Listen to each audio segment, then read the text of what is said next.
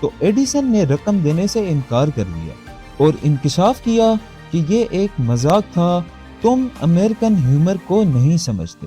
دل برداشتہ ہو کر ٹیسلا نے یہ جاب چھوڑ دی اور 6 مہینے بعد اپنی کمپنی کھولنے کا ارادہ کیا۔ اسے معلوم تھا کہ وہ اپنے آئیڈیاز کی مدد سے اس دنیا کو بدل سکتا ہے۔ اگلے چند سال اس نے کئی ماڈلز بنائے اور انوینشنز کی، لیکن بدقسمتی سے کسی بھی انویسٹر نے اس کی انوینشنز میں انٹرسٹ نہ لیا۔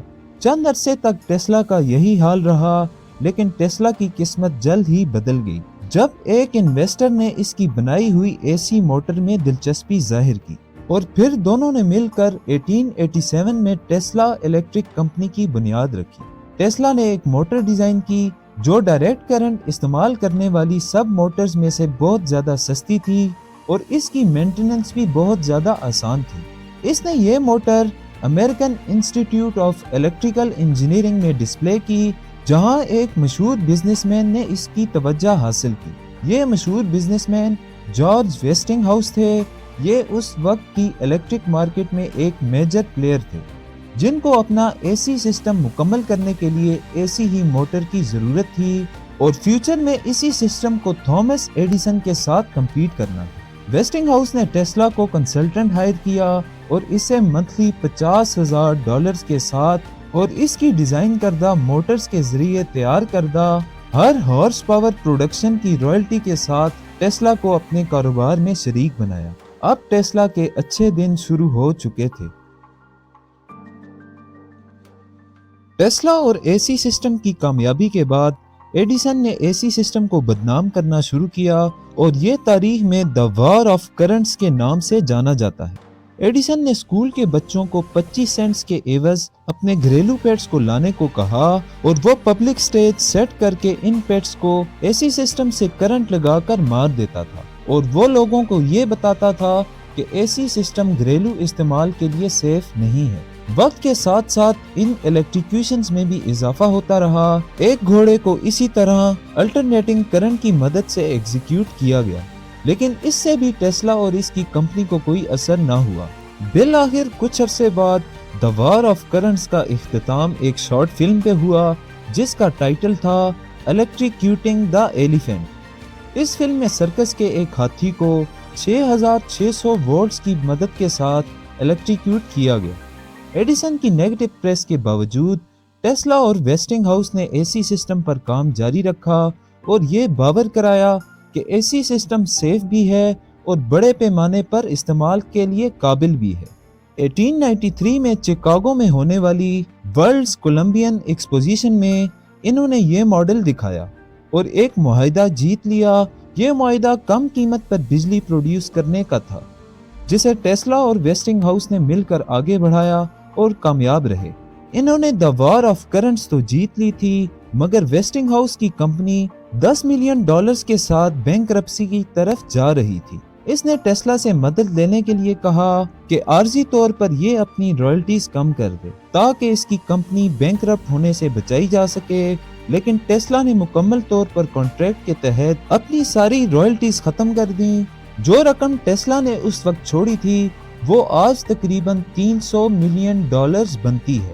ٹیسلا، جو کہ فائنینشل گینز کے بجائے سائنٹیفک ترقی میں زیادہ دلچسپی رکھتا تھا، اس نے ویسٹنگ ہاؤس کو بچا لیا۔ ویسٹنگ ہاؤس نے 1897 میں ٹیسلا کے اے سی پیٹنٹس $216,000 میں خرید لیے۔ اسی رقم کو استعمال کرتے ہوئے ٹیسلا نے نیو یارک میں ایک لیبارٹری بنائی اور خود کو مکمل طور پر نئی انوینشنز کی طرف مرکوز کیا۔ ٹیسلا ایک انٹرنیشنل فگر بن گیا تھا، جہاں اس کی لیبارٹریز کو امیر اور پاورفل لوگ وزٹ کرتے تھے۔ ان میں سے ایک اس کے قریبی دوست اور امریکن لٹریچر کے بانی مارک ٹوین بھی شامل تھے۔ ٹیسلا کی بے شمار انوینشنز تھیں۔ اس نے اپنے کیریئر میں تقریباً 300 پیٹنٹس بنائے۔ اس نے نیوم لائٹ کا ایک ارلی ورژن بھی بنایا، آٹو موبیل کے لیے بلیڈ لیس ٹربائن اور ایکس ریز ٹیکنالوجی کی بنیاد بھی رکھی۔ ٹیسلا کی مشہور انوینشن میں سے ایک ٹیسلا کوئل تھی، جو کہ بڑی مقدار میں ہائی وولٹیج الیکٹریسٹی پیدا کرنے کی صلاحیت رکھتی تھی۔ 1898 میں میڈیسن اسکوائر گارڈن میں دکھائی گئی ریموٹ کنٹرول بورڈ بھی ٹیسلا کی ایجادات میں سے ایک تھی۔ اور یہ اس وقت وائرلیس ٹیکنالوجی میں ایک اہم پیش رفت تھی۔ ٹیسلا ایک حیرت انگیز انوینٹر تھا، لیکن اس نے انوینشنز کی مارکیٹنگ کے بجائے نئی انوینشنز پر زور دیا۔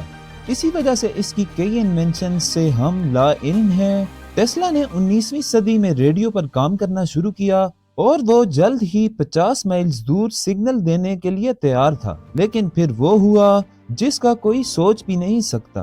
اس کی لیبارٹری میں آگ لگ گئی اور سب کچھ جل کر راکھ ہو گیا۔